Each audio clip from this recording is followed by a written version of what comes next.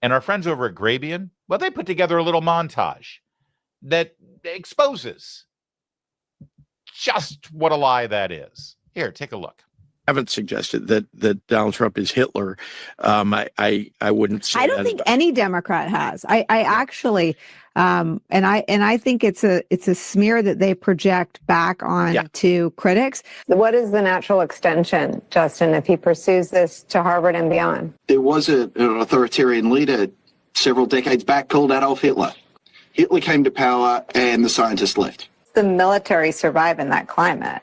In the same way that it happened in Russia with Stalin, the same way it happened with Hitler, eventually you get generals and admirals that are in there that only tell the leader what he or she wants to hear. To the extent that the rule of law and an assault on the rule of law was an obscure, intangible thing, we're now seeing it in action. If you look back in history, you can see very similar parallels that took place in other countries that really went down that authoritarian road, including in pre-World War II Nazi Germany, when Hitler and Nazi officials basically took over Frankfurt University, which was the bastion of independent thought and progressive thinking and independent thinking, which is what Hitler didn't want.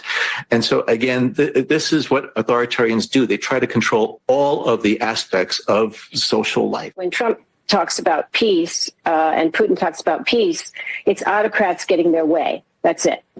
And Mussolini and Hitler said they were being the purveyors of peace. I resisted for a long time analogies to Hitler's Germany. I've got in my Substack today, though, it's really uncanny.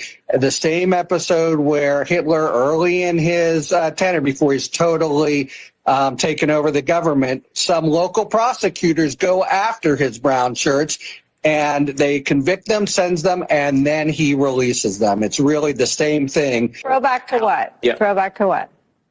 Poisoning the blood. I mean, that is literally Hitlerian rhetoric. Right. And what do people think of what happened to us? The parallel here is to maybe show up on the shores and say, no, we'll go with Hitler. I mean, what do they think about the switching of sides with the turning of who occupies the Oval Office? I believe every voter who casts a vote, regardless of who they vote for, has to know that Donald Trump believes Hitler did some good things. There you go. So just to remind you, this all started on Nicole Wallace's show when J.B. Pritzker was denying that he had compared Trump to Hitler. And, oh, by the way, ICE, federal law enforcement officers, to the Gestapo.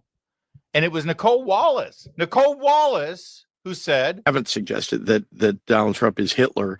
I wouldn't say I don't think any Democrat has. I actually. Yeah. So thank you to Tom Elliott and the great team over there at Grabian for putting together the montage.